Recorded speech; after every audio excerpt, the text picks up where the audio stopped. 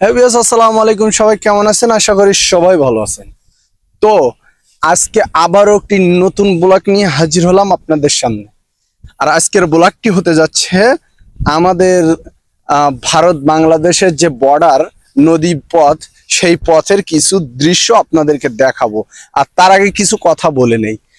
কথাগুলো হচ্ছে, দীর্ঘ 16 বছর পরে আজকে আমরা একটা স্বাধীনতা পেয়েছি। কথায় আছে না, ধৈর্য ধরলে ধৈর্যের ফল মিষ্টি হয়। তো আজকে সেই ফল ভোগ করতেছি।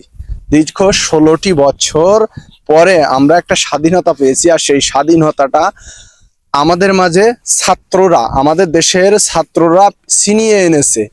তো আর সেই আনন্দে আজকে আমার এই ব্লগটি হতে যাচ্ছে। আমি ইন্ডিয়ার পাশে, মানে ভারতের পাশে আমাদের যে নদী পারাপার, সেই পথের কিছু দৃশ্য আপনাদের দেখাবো।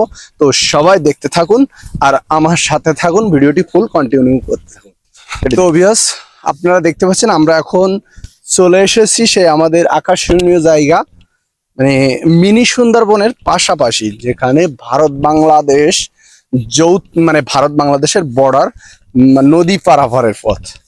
আর আমরা আস্তে আস্তে চলে যাচ্ছি সেই নদীর পথে। দেখুন সামনে দেখতে পাচ্ছেন যে ওখানে নদীতে একটা নৌকা আছে মাছ ধরার। আর এই যে এই সাইডটাতে দেখতে পাচ্ছেন যে মিনি সুন্দরবন, মানে নদীর মাঝখানে একটা বন আছে। সেটা হলো আমাদের আমাদের দিক থেকে আমরা মিনি সুন্দরবন নামে পরিচিত, ঠিক আছে? তো এখানে আসলে যে মানুষ, মানে কতটুকু ভালো লাগে, আপনারা না আসলে বুঝতে পারবেন না যে জায়গাটা কত সুন্দর আর কত স্মার্ট একটা জায়গা। মানে বিকাল বেলা, এই পড়ন্ত বিকালে সবাই এখানে ঘুরতে আসে, মানে কিছু সময় কাটানোর জন্য। দৃশ্যটা অনেক সুন্দর লাগে, তার কারণে সবাই ঘুরতে আসে এখানে। তো আমরা চলে এসেছি আস্তে আস্তে সেই নদীর তীরে, ঠিক আছে? এখন দেখুন যে এখানে একটা বনের মানে সুন্দরবনের মতো একটি বন, যা নদীর মাঝখান দিয়ে চলে গেছে। তো আপনারা দেখতে পাচ্ছেন যে আমরা আস্তে আস্তে চলে এসেছি নদীর তীরে, নদীর কূলে। আর ওইখানটা ওই যে দেখতে পাচ্ছেন যে একটা বন, আর এই বনটাই হলো আমাদের মিনি সুন্দরবন।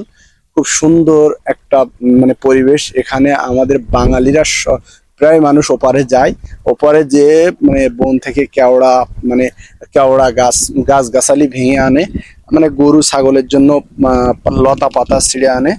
আর এই যে দেখতে পাচ্ছেন একটা নৌকা আছে, এই নৌকায় মাছ ধরে, ওখানে জাল পাতা আছে, মাছ ধরে। আর এই সাইডটা দেখুন কত বড় একটি চর। আর ওই পারে কিন্তু ভারত, ঠিক আছে? আমাদের পার্শ্ববর্তী রাষ্ট্র ভারত। আর আমরা আজকে অনেকদিন পরে, মানে মনের সুখে আনন্দে চলে এসেছি সেই স্থানটাতে, যেখানে দৃশ্যধারী খুব সুন্দর লাগে। বিকালের যে পরন্ত বিকালের যে সময়টা কাটানোর জন্য খুব বেস্ট একটা জায়গা। তো আপনারা যদি আসতে চান অবশ্যই আসতে পারেন। জায়গাটা ঘুরে দেখলে আপনাদের অনেক ভালো লাগবে।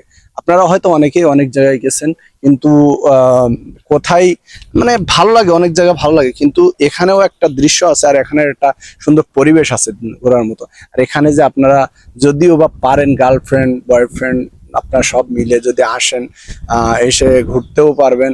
মানে সুন্দর একটা পরিবেশ এখানে, আপনাদের ঝামেলা করার মতন কোনো পরিবেশ নেই, ঠিক আছে? তো এ সাইডে দেখেন আমাদের দেখা দেখি কিন্তু ওনারাও ভিডিও করতেছে, একটু জুম কর। ভিডিও করতেছে আমাদের দেখা দেখি, মানে আমরা ভিডিও করতেছি দেখে, আমাদের দেখে ওরাও ভিডিও করতেছে। মানে এখানে ঘুরতে আসতে খুব ভালো লাগে, যার কারণে কি বলবো, মানে অতুলনীয় একটা কথা। আস্তে আস্তে চলে এসো ওইদিকে। তো আমরা নদীর পাড় দিয়ে হাঁটতে হাঁটতে যাচ্ছি।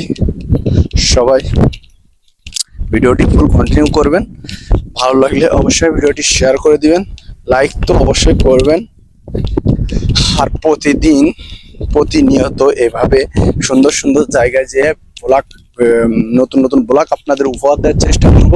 তো আপনারা সবাই কন্টিনিউ করবেন, আমার পেজটাকে ফলো করে রাখবেন, ইউটিউব হলে চ্যানেলটি সাবস্ক্রাইব করে রাখবেন। তো সবাই ভালো থাকবেন, সুস্থ থাকুন, আল্লাহ হাফিজ। বন্ধ কর।